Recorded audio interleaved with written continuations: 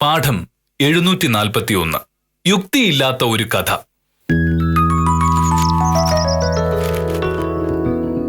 സ്വർണ്ണവില കുറയുന്നു. രാജ്യത്ത് സ്വർണ്ണവില കഴിഞ്ഞ 6 വർഷത്തെ ഏറ്റവും താഴ്ന്ന നിലയിലെത്തി. സ്വർണത്തിന്റെ വില ഇനിയും കുറയാൻ സാധ്യതയുണ്ടെന്നാണ് വാണിജ്യ കേന്ദ്രങ്ങൾ പറയുന്നത്. കൊള്ളാം. സ്വർണത്തിന്റെ വില ഇനിയും കുറയുന്നതോടെ കയ്യിലുണ്ടായിരുന്ന കാശ് മുഴുവൻ കൊടുത്ത് സ്വർണം വാങ്ങിയവർ ഒരു പാഠം പഠിക്കും. മോനേട്ടാ, എന്തോ വലിയ ആവേശത്തിലാണല്ലോ. നീ പത്രം കണ്ടോ? സ്വർണ്ണവില പിന്നെയും കുറയുന്നു. സ്വർണം എന്ന് പറഞ്ഞാൽ ഭയങ്കര നിക്ഷേപമാണെന്ന് കരുതി അത് വാങ്ങിവെച്ചവരൊക്കെ വിവരം അറിയാൻ പോവാ. എന്തായാലും നമുക്കതിനെ കുറിച്ച് ഓർത്ത് പേടിക്കണ്ടല്ലോ. കല്യാണ സമയത്ത് എന്റെ അച്ഛൻ വാങ്ങിച്ചു തന്നിട്ടുള്ളതല്ലാത്ത ഒരു തരി സ്വർണം പോലും എന്റെ കയ്യിൽ ഇല്ലല്ലോ. അപ്പൊ നമുക്കൊരു നഷ്ടവും വരാനില്ലേ? എന്നെ പോലെ ബുദ്ധിമാനായ ഒരു ഭർത്താവ് ഉള്ളത് കൊണ്ട് നിനക്ക് നഷ്ടങ്ങളൊന്നും വരില്ല. എനിക്ക് പകരം ഏതെങ്കിലും ഒരു കോന്തം വക്കീലിനെയാണ് നീ കെട്ടിയിരുന്നെങ്കിൽ നീ വിവരം അറിഞ്ഞാണ്. ചർച്ച സ്വർണത്തിൽ നിന്ന് മാറി എന്ത് പെട്ടെന്നാണോ നോക്കിയേ. ഇനി എന്തെങ്കിലും പറഞ്ഞിട്ടുണ്ടെങ്കിൽ മോഹനേട്ടൻ വഴക്കിന് വരുമെന്ന് എനിക്ക് അറിയാവുന്നുള്ളതുകൊണ്ട് ഞാൻ രാജിവെച്ചു. എനിക്ക് വേറെ ഒരുപാട് പണിയുണ്ട്.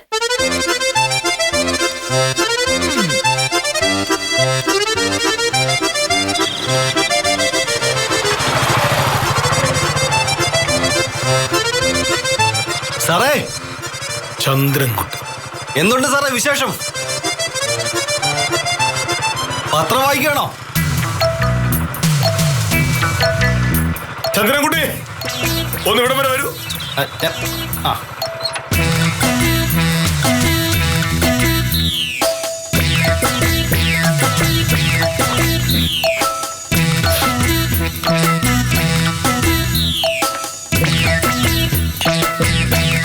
എന്താ സാറേ? ചന്ദ്രൻകുട്ടിക്ക് എത്ര വയസ്സായി? 32. ചന്ദ്രൻകുട്ടിയുടെ കാഴ്ചക്ക് തകരാറൊന്നുമില്ലല്ലോ? ഇല്ല സർ. ഇത് എന്താണ് എന്നറിയാനുള്ള വിവരം ചന്ദ്രൻകുട്ടിക്കുണ്ടോ?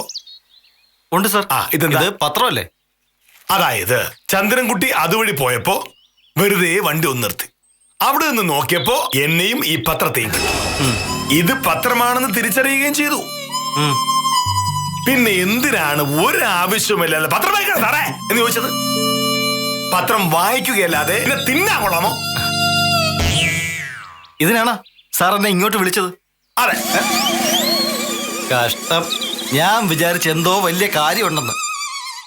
ഇത് വല്ലാത്തൊരു സൂക്കേട് തന്നെ സാറേ.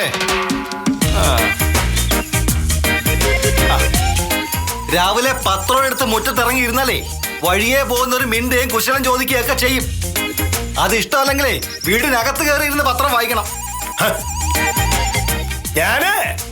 എനിക്ക് ഇഷ്ടമുള്ളിടത്തിരുന്ന് പത്രം വായിക്കും.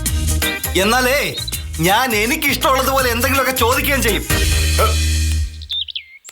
വൈകലാ പോകുന്നത്. മുതിർന്നവരോട് ധിക്കാരം പറഞ്ഞിട്ട് പോയാലേ വല്ല അപകടത്തിൽ നിന്നാണ്.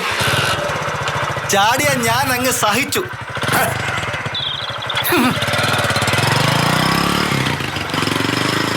അഹങ്കാരി. ഇത് തന്നെ പഠിത്തം കഴിഞ്ഞ് 6-7 കൊല്ലം കഴിഞ്ഞിട്ട് അവന് ജോലി ഇടാത്തത്.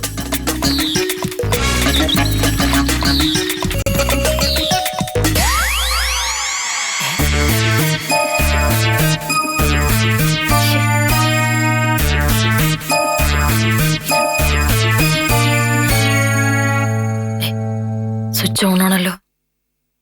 പിന്നെന്താ ചൂടാവത്തത്? മോനേട്ടാ, മോനേട്ടാ.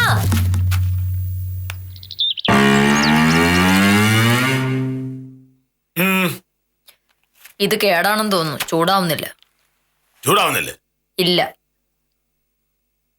ഇല്ലെന്ന്. ഞാനത് കുത്തിവെച്ചിട്ട് കുറെ നേരമായി. അത് കേടായി പോന്നുള്ള കാര്യം ഉറപ്പാ. ഇതതിന്റെ കുഴപ്പം. ഒരു സാധനവും സൂക്ഷിച്ചു ഉപയോഗിക്കാൻ അറിയില്ല. അതെങ്ങനെ? ഞാനാണല്ലോ കാശ് മുടക്കി വാങ്ങിയത്. അവനത് നശിച്ചുപോയി. നിനക്കെന്താ കുഴപ്പം? മോനേട്ടാ, ഇമ്മാതിരി വർത്തമാനം പറയല്ലേ. പഴയ ഇസ്തിരിപ്പെട്ടി കേടായപ്പോ മോഹനേട്ടൻ തന്നെ പോയി വാങ്ങിച്ചോണ്ടൊരു സാധനമാണ് ഇത്. അതെ. നല്ലത് നോക്കി വാങ്ങാതെ ഏറ്റവും വിലക്കുറവുള്ളത് നോക്കി മാത്രം വാങ്ങി. അപ്പൊ ഇനിയുണ്ടാവും. ഇപ്പൊ എന്തായാലും തൃപ്തിയായല്ലോ. അന്ന് ഞാൻ പറഞ്ഞതാ, എന്തെങ്കിലും ഒരു സാധനം വാങ്ങുമ്പോ കുറച്ച് കാശ് കൂടുതലായാലും നല്ലത് നോക്കിയാ വാങ്ങാവുള്ളൂ മോനേട്ടന്ന്. അങ്ങനെയൊന്നുമല്ല. ഞാൻ ഈ ഇസ്തിരിപ്പെട്ടി കൊണ്ടുവന്ന് അതിന്റെ പാക്കറ്റ് പൊട്ടിച്ചപ്പോഴേ നീ പറഞ്ഞു, ആഹാ കൊള്ളാം, ഇത് 6 മാസത്തിനെ കത്തിപ്പോകുന്നു. ഓർക്കുന്നുണ്ടോ? നിന്റെ കരുനാക്കൊണ്ടതൊക്കെ ഉണ്ടായത്. അതെന്തായാലും കൊള്ളാം, നന്നായിട്ടുണ്ട്. എവിടുന്നോ കിട്ടിയ നിലവാരമില്ലാത്തൊരു ഇസ്തിരിപ്പെട്ടി വാങ്ങിക്കൊണ്ട് വന്നിട്ട് അത് കേടായതിന് കുറ്റം മുഴുവൻ എന്റെ നാക്കിന്. എന്താ സംശയം? നിന്റെ നാവ് പണ്ടേ കരുനാക്കാം. എത്രയോ പ്രാവശ്യം നീ പറഞ്ഞ അതുപോലെ സംഭവിച്ചിട്ടുണ്ട്. ചില ആളുകളുടെ നാവ് അങ്ങനെയാ. അത്തരക്കാർ ആവശ്യമില്ലാത്തവരൊന്നും പറയരുത്. ഇസ്തിരിപ്പെട്ടി കേടായതിന് കാരണം അപ്പൊ എന്റെ നാവാണെന്ന് അങ്ങ് തീരുമാനിച്ചു. ഒരു സംശയമില്ല. ഞാൻ നല്ല 1ാം തരം ഇസ്തിരിപ്പെട്ടിയാണ് വാങ്ങിക്കൊണ്ടു വന്നത്. അത് കേടാവാനുള്ള കാരണം നിന്റെ ഒടുക്കത്തെ കരുനാക്കാം. ശരി, സമ്മതിച്ചു. ഇനിയിപ്പോ ഈ സാരി ഞാൻ എങ്ങനെ തേക്കണമെന്നോട് പറഞ്ഞതാ? എനിക്കറിയില്ല. മോഹനയുടെ ഷർട്ടും കൂടി ഇന്നലെ തേച്ചോണ്ട് മോഹനയുടെ അങ്ങ് രക്ഷപ്പെട്ടു. ഞാൻ ഇനി ഇങ്ങനെ കോടതി പോകുമോ? നീ കോടതി പോകണ്ട. ഒരു ദിവസം ചെന്നില്ല എന്ന് കരുതി കോടതിയിൽ അടിഞ്ഞ് പാതാളത്തിലേക്ക് പോകുന്നില്ലല്ലോ. സത്യത്തിൽ ഭാമേ, അല്ലെങ്കിൽ നീ കോടതിയിൽ പോകാതിരിക്കുന്ന നല്ലത്. ഇതല്ലേ നാക്ക്. ഈ നാക്ക് വളച്ച് നീ കോടതിയിൽ വെച്ച് എന്തെങ്കിലും പറയും, ആ കേസ് കേൾക്കുന്ന ജഡ്ജി ഉൾപ്പെടെയുള്ളവർ വണ്ടി ഇടിച്ച് ചാവും.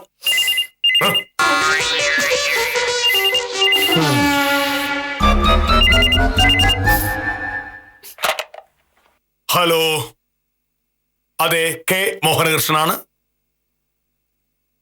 എന്താ ശിവല, ഓർമ്മയുണ്ടല്ലോ? അതെയോ? ആരാ പറഞ്ഞത്?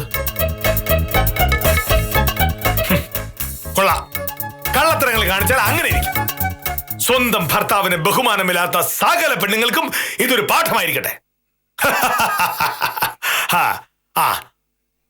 ഞാൻ ആഫീസിൽ വന്നിട്ട് സംസാരിക്കാം. എനിക്കത് ഇഷ്ടപ്പെട്ടു.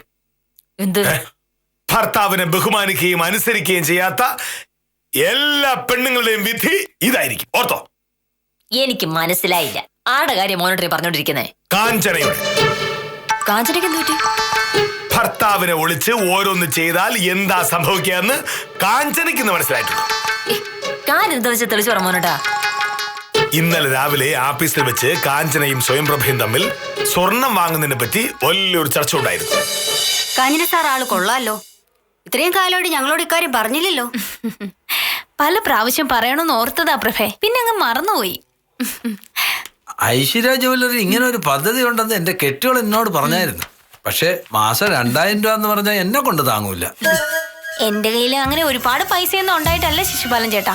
മാസം 2000 രൂപ നമ്മൾ അടയ്ക്കുമ്പോ 2 വർഷം കഴിയുമ്പോ 3 പവന്റെ സ്വർണ്ണം അവര് നമുക്ക് തരുന്നത്. അതായത് 48,000 രൂപ നമ്മൾ അടയ്ക്കുമ്പോ 60,000 രൂപയിൽ കൂടുതലുള്ള സ്വർണ്ണം അവര് നമുക്ക് തരുന്നത്. സംഗതി ലാഭമല്ലേ? അതൊരിക്കലും ലാഭമല്ല. കാഞ്ചന മാസാമാസം അടയ്ക്കുന്ന 2000 രൂപയുടെ പലിശ അടയ്ക്കുന്ന ദിവസം വെച്ചൊന്ന് കൂട്ടി നോക്ക്. ഈ കച്ചവടം കാഞ്ചനയ്ക്ക് നഷ്ടമാണ്. കാരണം 2 വർഷം കഴിഞ്ഞല്ലേ അവർ സ്വർണം തരൂ. പക്ഷെ സാറേ, മാസാമാസം 2000 രൂപ മാറ്റി 2 വർഷം കാത്തിരുന്ന് സ്വർണം വാങ്ങാനൊന്നും എന്നെ കൊണ്ട് പറ്റില്ല. ചെറിയ നഷ്ടം വന്നാലും 3 പവന്റെ സ്വർണം കിട്ടുമല്ലോ. 2 വർഷം കഴിയുമ്പോ സ്വർണത്തിന് ഇന്നുള്ള വില ഇല്ലെങ്കിലോ? അതായത് സ്വർണം പവന് 5000 രൂപയേ ഉള്ളൂവെങ്കിൽ 3 പവന് 15,000 രൂപ. അപ്പൊ കാഞ്ചനയ്ക്ക് വരുന്ന നഷ്ടം എത്രയായിരിക്കും? സ്വർണത്തിന് അങ്ങനെ വില കുറയുന്നില്ല. ആര് പറഞ്ഞു? ഏതു സാധനത്തിനും വില കുറയാവുന്നതാണ്. കാഞ്ചനയുടെ പ്രഹ്ലാദന് ഇതൊന്നും അറിയാത്തതാണ് പ്രശ്നം. ഞാൻ പറഞ്ഞത് ശരിയല്ലേ എന്ന് പ്രഹ്ലാദനോട് ചോദിച്ചു നോക്ക്. അല്ല, അതിപ്പോ പ്രഹ്ലാദൻ സാർ അറിയാതാണല്ലോ കാഞ്ചന സാർ ഈ പരിപാടിയിൽ കൂടിയത്. അപ്പോ പ്രഹ്ലാദൻ സാറിനോട് എങ്ങനെ ചോദിക്കും? കാഞ്ചനെ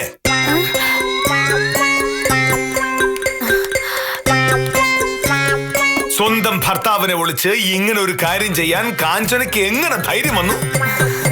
ഒരു കുടുംബമാകുമ്പോ ഭർത്താവാണ് അതിന്റെ തലവൻ. ഭർത്താവിന്റെ അനുവാദമില്ലാതെ ഭാര്യ ഒന്നും ചെയ്യാൻ പാടില്ല. അതൊക്കെ പണ്ടായിരുന്നു സാറേ. ഇപ്പോഴത്തെ കാലത്ത് അതൊന്നും നടക്കില്ല. ഞാൻ പറയുന്നത് എല്ലാ കാലത്തുള്ള ന്യായമാണ്. ഭർത്താവിനെ പറ്റിച്ച് ഇങ്ങനെ ഒരു സാഹസം കാണിക്കുന്ന കാഞ്ചന അനുഭവിക്കുമ്പോ പഠിച്ചോളൂ.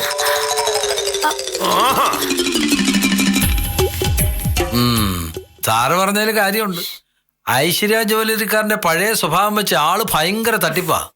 ഓ ഒന്നുമില്ല, ഒക്കെ ഞാൻ ശരിക്കും അന്വേഷിച്ച് തന്നെയാ ശിശുപാലൻ ചേട്ടാ. അടുത്ത വർഷം ഈ സമയത്ത് എന്റെ കയ്യിലെ 3 പവന് സ്വർണ്ണ കിട്ടാൻ പോകുന്നത്. നിങ്ങൾ നോക്കിക്കോ. ഇതാണ് ഇത്ര വലിയ കാര്യം. ഐശ്വര്യ ജ്വല്ലറിക്കാരൻ അങ്ങനെ ഒരു പദ്ധതി തുടങ്ങിയാലും ഞാൻ അറിഞ്ഞില്ല. ഞാൻ അറിഞ്ഞിരുന്നെങ്കിൽ മോഹനോട്ട് പറയാതെ ഞാനും എന്തായാലും തുടങ്ങിയാനെ. എനിക്ക് നന്നായിരുന്നേനെ. എന്താ ഇപ്പൊ വിളിച്ചത് ശിശുപാലനാ. ശിശുപാലൻ എന്തിനാണ് വിളിച്ചത് എന്ന് നിനക്കറിയാമോ? അറിഞ്ഞൂടാ. ഐശ്വര്യ ജ്വല്ലറി പൂട്ടിപ്പോയി. അതിന്റെ ഉടമസ്ഥന്മാർ ഇന്നലെ രാത്രി സ്ഥലം വിട്ടു. ഇപ്പോ ഐശ്വര്യ ജ്വല്ലറിക്ക് ചുറ്റും പോലീസുകാർ വളഞ്ഞിരിക്കുക. പക്ഷെ അതിനുള്ളിൽ ഒരു തരി സ്വർണം പോലും ഇല്ല. ഭർത്താവിനെ വിളിച്ച് സ്വർണം വാങ്ങാൻ ഒരുങ്ങിയ കാഞ്ചനയുടെ അവസ്ഥ നീ കണ്ടല്ലോ. നിന്നെ പോലുള്ള പെണ്ണുങ്ങൾ ഇനിയെങ്കിലും ഈ പാഠം പഠിച്ചാൽ മതി. ബുദ്ധിയും പക്വതയുമുള്ള എന്നെ പോലുള്ള ഭർത്താക്കന്മാർ ഒരു കാര്യം പറയുമ്പോ അനുസരിക്കുക. അത് മാത്രമാണ് നിങ്ങൾ ചെയ്യേണ്ടത്. കാഞ്ചനയുടെ കാര്യം അവിടെ നിൽക്കട്ടെ. കേടായിപ്പോ ഇസ്തിരിപ്പെട്ട കാര്യത്തിൽ മോഹനോട് എന്താണ് തീരുമാനം? പുതിയ വാങ്ങണതാണ് ബുദ്ധി. ഓഹോ, ഒരു സാധനം കേടാകുമ്പോ ഉടനെ പുതിയത് വാങ്ങണോ? അങ്ങനെ എപ്പോഴും പുതിയത് വാങ്ങാനാണെങ്കിൽ ഈ നാട് മുഴുവൻ എന്തിനാ ഈ റിപ്പയർ ഷോപ്പ് ഉണ്ടാക്കി വെച്ചിരിക്കുന്നത്? സാറേ,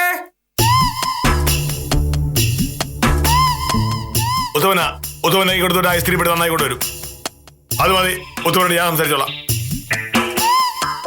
നമസ്കാരം സാറേ, ഞാൻ വന്നതേ ഉത്തം വന്ന കാര്യം അവിടെ നിൽക്കട്ടെ. അതിനു മുമ്പ് എനിക്കൊരു കാര്യം പറയാനുണ്ട്. എന്താണ് സാറേ? പറ. ഇവിടത്തെ നമസ്കാരം.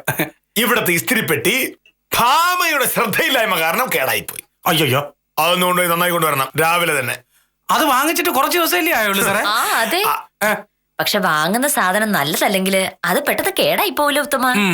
കടയിൽ ചെന്നപ്പോ അവിടുന്ന് കിട്ടിയതിൽ ഏറ്റവും വില കുറച്ചുള്ള ഇസ്തിരിപ്പെട്ടി വാങ്ങിച്ചോണ്ട് സാർ ഇങ്ങ് പോന്നു. അപ്പൊ പിന്നെ അത് കേടായില്ലെങ്കിലല്ലേ അത്ഭുതപ്പെടാനുള്ളൂ. സത്യം പറഞ്ഞ അത് കേടാവിന് ഇത്ര വൈകിട്ട് എന്താണെന്നാണ് എനിക്ക് അത്ഭുതം. ആ ഇസ്തിരിപ്പെട്ടി വാങ്ങിക്കൊണ്ടുവന്ന ദിവസം ഇവൾ നാവെടുത്ത് വളച്ചു. അത് കത്തിപ്പോകും. ചിലരുടെ നാവ് അറം പറ്റില്ലേ? അല്ല സാറേ, അതിപ്പോ അങ്ങനെ ഈ ഇവൾ ഇങ്ങനെ പറഞ്ഞ പല കാര്യങ്ങളും അതുപോലെ നടന്നിട്ടുണ്ട്. ഇവളെ പോലെ ഒരുത്തിലൂടെ ജീവിക്കുന്നത് എന്നെ സമ്മതിക്കണം.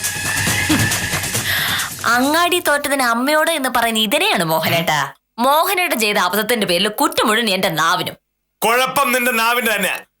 ഇതിനു മുമ്പും നീ പറഞ്ഞ എത്രയോ കാര്യങ്ങൾ സംഭവിച്ചിരിക്കുന്നു.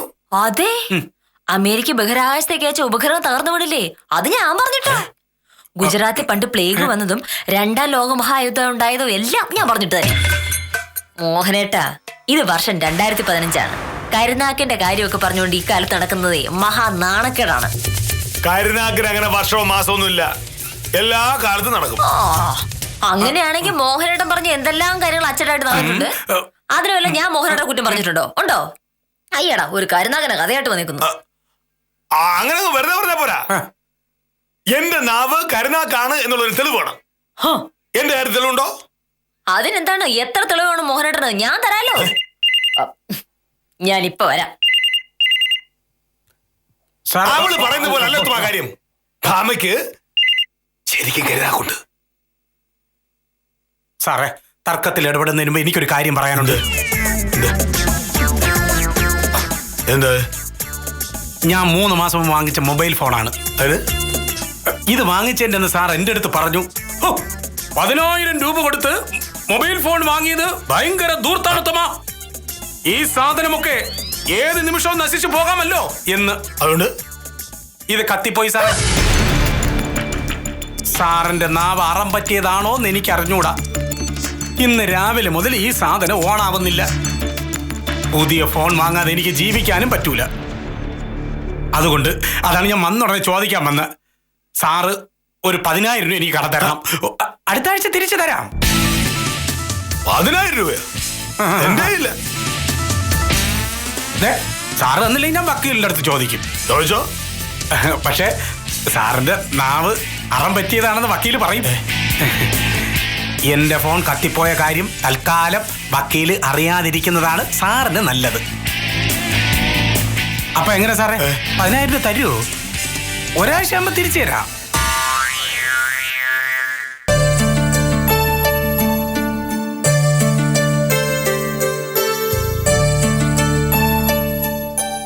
ഇനി ഇങ്ങനെ ഇരുന്നിട്ട് എന്താ കാഞ്ചന സാറേ കാര്യം? സംഭവിക്കാനുള്ളത് സംഭവിച്ചു, അതങ്ങ് വിട്ടേക്ക്. എങ്ങനെ വിടും പ്രഭേ? രൂപ 1-2 അല്ല, 25,000 രൂപയാ പോയത്. പ്രഹ്ലാദൻ ചേട്ടൻ എങ്ങനെ ഈ സംഭവം അറിഞ്ഞ പിന്നെ ജീവിച്ചിരുന്നിട്ട് കാര്യമില്ല. ആവശ്യമില്ലാത്ത കാര്യത്തിന് പോയതുണ്ടല്ലേ കാഞ്ചന സാറേ ഇതൊക്കെ ഉണ്ടായത്. കാഞ്ചന സാറിന്റെ ന്യായമായ ഒരു കാര്യത്തിന് എതിര് നിൽക്കുന്ന ആളല്ലല്ലോ പ്രഹ്ലാദൻ സാറ്. എന്നിട്ട് സാറ് പ്രഹ്ലാദൻ സാറിനെ പറ്റിച്ചു. അതിന്റെ ശിക്ഷ ഇത്.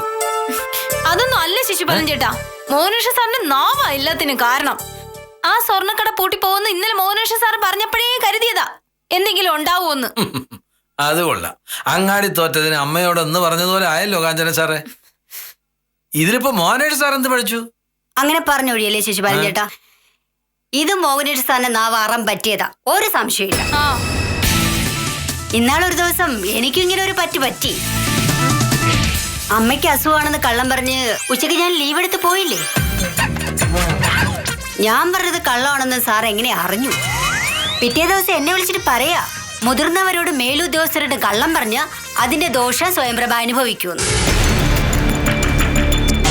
എന്റെ സാറേ, അന്ന് രാത്രി എനിക്ക് പനി തുടങ്ങിയിട്ട് ഒരാഴ്ച കഴിഞ്ഞിട്ടാ മാറിയത്. ഓർമ്മയുണ്ടല്ലോ? അത് മോഹനേഷ് സാറിന്റെ കുറ്റമല്ലല്ലോ. പ്രൊഫസർ അന്ന് ലീവ് എടുത്ത് കൂട്ടുകാരോടൊപ്പം നാട് ചുറ്റാൻ പോയതല്ലേ. പോയ വഴിക്ക് മഴ പെയ്തു, മഴ നനഞ്ഞു. മഴ നനഞ്ഞാൽ പനി പിടിക്കില്ലേ? അത് സ്വാഭാവികല്ലേ. ഞാൻ ജീവിതത്തിൽ ആദ്യമായിട്ടല്ലല്ലോ മഴ നനയുന്നത്. അതിനു മുമ്പ് മഴ നനഞ്ഞപ്പോ എനിക്ക് പനി പിടിച്ചിട്ടില്ലല്ലോ. ഇത് മോഹനേഷ് സാറിന്റെ പ്രാക്ക് തന്നെയാ. ഐശ്വര്യ ജ്വല്ലറിയിലെ ഞാൻ നിക്ഷേപത്തിന്റെ കാശ് കൊടുക്കാൻ തുടങ്ങിയിട്ട് ഒരു കൊല്ലത്തിൽ കൂടുതലായി. കമ്പനി പൊട്ടാനാണെങ്കിൽ അത് ഇതിനു മുമ്പേ പൊട്ടായിരുന്നല്ലോ.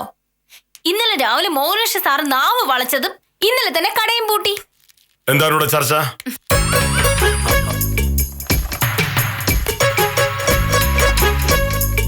ചോദിച്ച കേട്ടില്ലേ എന്തായിരുന്നു വലിയ ചർച്ചയെന്ന്? അല്ല, ഐശ്വര്യ ജ്വല്ലറി പൂട്ടിപ്പോയത് സാറിന്റെ നാവിന്റെ കുഴപ്പം കൊണ്ടാണെന്നാ കാഞ്ചന സാറ് പറയുന്നത്. എന്റെ നാവിന്റെ കുഴപ്പോ? പിന്നല്ലാതെ. ഇന്നലെ സാറിന്റെ മുഖത്ത് നോക്കി പറഞ്ഞില്ലേ പ്രഹ്ലാദൻ ചേട്ടനെ പറ്റിച്ചതിന്റെ ദോഷം ഞാൻ അനുഭവിക്കുമെന്ന്. സാറിന്റെ നാവ് അറം പറ്റിയതാ. ഇന്നലെ ഒരിക്കൽ പനി പിടിച്ച് ഞാൻ ഹോസ്പിറ്റലിൽ കിടന്നത് സാറിന്റെ നാവ് കൊണ്ട് തന്നെയാ. സാർ എന്നോടും പറഞ്ഞതാ ഞാൻ അനുഭവിക്കുമെന്ന്. കൊള്ളാം, നല്ല ന്യായം. കാഞ്ചന ഭർത്താവിനെ വിളിച്ച് വിശ്വസിക്കാൻ കൊള്ളാത്തൊരു സ്വർണ്ണക്കടയിൽ കൊണ്ട് കാശ് കൊടുത്തു.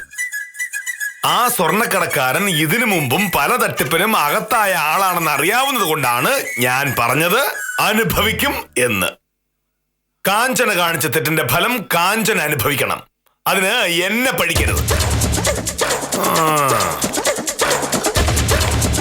സാർ, അപ്പോ കഴിഞ്ഞ മാസം എനിക്ക് പനി വന്നതോ?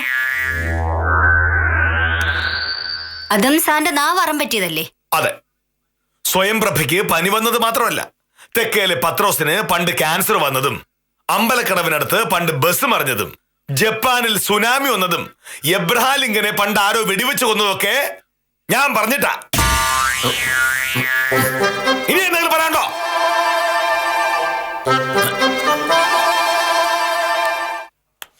അപ്പൊ കിട്ടേണ്ടത് കിട്ടിയപ്പോ വില്ലേജ് ഓഫീസർ പഠിച്ചു. ഇസ്തിരിപ്പെട്ട് കേടായത് എന്റെ നാവിന്റെ ദോഷമാണെന്ന് പറഞ്ഞ് എന്തൊരു പുകിലായിരുന്നു. അത് കഴിഞ്ഞ് ആഫീസിൽ ചെന്നപ്പോ മോഹനേട്ടനെ കിട്ടാനുള്ളത് കിട്ടിയില്ലേ? എന്റെ മോഹനേട്ടാ, ബാക്കി എല്ലാ കാര്യത്തിനും പരമയോഗ്യനായ മോഹനേട്ടന് ഇങ്ങനൊരു അന്ധവിശ്വാസത്തിന്റെ കാര്യം പറയുമ്പോ സാധാരണക്കാരനാവും. അങ്ങനെ നമ്മൾ പറയുന്ന പോലെയൊക്കെ നടക്കുമായിരുന്നെങ്കിൽ നമ്മളും ദൈവവും തമ്മിൽ എന്താ മോഹനയുടെ വ്യത്യാസം? കാഞ്ചന കാണിച്ച തെറ്റിന് കാഞ്ചന കിട്ടേണ്ടത് കിട്ടി. എന്നിട്ട് എന്റെ നാവിനെ കുറ്റം പറയാൻ വരുന്നു. എന്നെ എനിക്ക് ദേഷ്യം വരായിരിക്കോ? ഇപ്പോഴല്ലേ എന്റെ മോഹനേട്ടന് മനസ്സിലായല്ലോ ഇതെല്ലാം അന്ധവിശ്വാസമാണെന്ന്. ഇനി ഞാൻ നിന്നോടൊരു രഹസ്യം പറയട്ടെ. ഉത്തമം പുതിയ ഫോൺ വാങ്ങിച്ചപ്പോ ഞാൻ പറഞ്ഞായിരുന്നു ഇതൊക്കെ എപ്പോഴെങ്കിലും കത്തിപ്പോവാന്ന്. ഉത്തമം കേട്ടില്ല. ഇന്ന് രാവിലെ ഉത്തമന്റെ ഫോൺ കത്തിപ്പോയി. എന്നിട്ടും മോഹനേട്ടന്റെ കരുനാക്കാണ് കാരണമെന്ന് ഉത്തമം പറഞ്ഞോ? ഇല്ലല്ലോ. ഇല്ല. ഒരു ഉപകരണം ആവുമ്പോ അത് കത്തിപ്പോവും, കേടാവും, അത്രേ ഉള്ളൂ. അതാരാ നോക്കട്ടെ.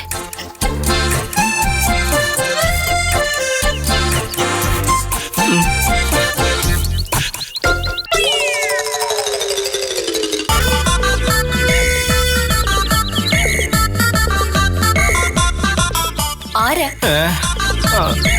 അയ്യോ. ആ, നമസ്കാരം വക്കീലേ. സാറില്ലേ? അല്ല, എനിക്ക് ആരാണെന്ന് മനസ്സിലായില്ല. ഞാൻ ചന്ദ്രൻകുട്ടി, പ്ലംബർ ചന്ദ്രൻകുട്ടി. അയ്യോ, ആ. ചന്ദ്രൻകുട്ടി, ഇതെന്തു പറ്റി? അതിനെപ്പറ്റി ഒന്നും ചോദിക്കാതിരിക്കുക വക്കീലേ നല്ലത്. അയ്യോ, ആ, ആ. സാറ് വന്നോ? നമസ്കാരമുണ്ട് സാറേ. ഇതാര്? ഞാൻ ചന്ദ്രൻകുട്ടിയാ. രാവിലെ നമ്മൾ തമ്മിൽ കണ്ടായിരുന്നു. ഇന്നേ രാവിലെ സാർ ഇവിടെ പത്രം വായിച്ചുകൊണ്ടിരിക്കുകയായിരുന്നു. അപ്പൊ ഞാൻ വെറുതെ ഒരു കുശലം ചോദിച്ചു, പത്രം വായിക്കുകയാണോ സാറേന്ന്. അതിഷ്ടപ്പെടാതെ സാർ എന്നെ വിളിച്ചു വരുത്തി ചീത്ത പറഞ്ഞു. ചീത്ത പറയുകയോ ഒരു തല്ല് തരികയോ ചെയ്താലും വേണ്ടില്ലായിരുന്നു. പോകാൻ നേരം പറഞ്ഞു, ബൈക്കിലല്ലേ പോകുന്നത്, എന്ത് വേണമെങ്കിലും പറ്റാമെന്ന്. ദേ, ആ മില്ലിന്റെ അപ്പുറത്തെ ആ വളവ് കഴിഞ്ഞതും എതിരെ വന്നൊരു ജീപ്പ് ഒരൊറ്റ ഇടി. എന്റെ മേഡം അന്നേരം കൊണ്ടുപോയതാണ് ആശുപത്രിയിൽ. ഇപ്പോഴാണ് വിട്ടത്. എന്റെ ഈ കൈക്ക് പൊട്ടലുണ്ട്. ദാ ഇവിടെ 4 സ്റ്റിച്ച്. ബൈക്കിൽ നിന്ന് വീണപ്പം തലയും കുത്തിയാണ് വീണത്. സാറേ, ഈ കരുനാക്ക് എന്ന് ഞാൻ കേട്ടിട്ടേ ഉള്ളൂ. ഇങ്ങനെ ഒരെണ്ണം കാണുന്നത് ആദ്യമായിട്ടാ. എന്തോരൊടുക്കത്തെ നാക്കാ സാറേ. പിന്നെ ഇനി മേലിൽ സാറിനെ ഞാൻ വഴി വെച്ച് കണ്ടാലും സാറിനോട് ഞാൻ മിണ്ടൂല. ദൈവത്തെ ഓർത്ത് ആ നാക്ക് വളച്ചെന്നെ ഒന്നും പറയരുത്. ഇതൊരപേക്ഷയായിട്ട് കാണണം. അയ്യോ, വരട്ടെ സാറേ. ആ വക്കീലേ, ഒന്ന് സൂക്ഷിച്ചോ. വല്ല കടുവാക്കൂട്ടിലോ സിംഹക്കൂട്ടിലോ പോയി കിടക്കുന്നതിനേക്കാളും വലിയ റിസ്കാ ഈ കളി.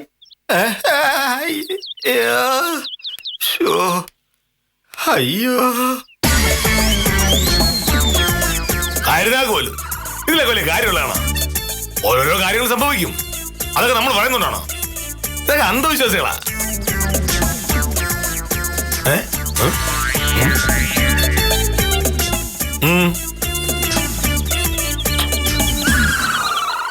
ഈ കരുനാക്കെന്ന് പറയുന്നൊന്നും ഇല്ല. പക്ഷേ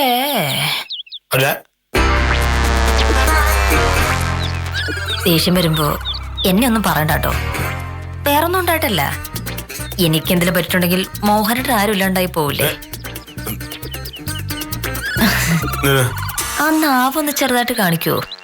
നാവ് ഒന്ന് കാണിക്കുവോന്ന്? ഇല്ല, കുഴപ്പമൊന്നുമില്ല. ഒരാൾ പറയുന്ന കാര്യങ്ങൾ അപ്പടി സംഭവിക്കുമെങ്കിൽ അയാളെ സാധാരണ മനുഷ്യനായി കാണാനാവില്ല. പക്ഷേ നമ്മുടെ നാട്ടിലെ രീതി അനുസരിച്ച് ചില പ്രത്യേക മനുഷ്യർക്ക് അങ്ങനെ ഒരു സാമർഥ്യമുണ്ടത്രേ. ഇതൊക്കെ വിശ്വസിക്കാൻ ഈ നൂറ്റാണ്ടിലും ആളുള്ളതിൽ അത്ഭുതപ്പെട്ട് ഇന്നത്തേക്ക് വിടാം.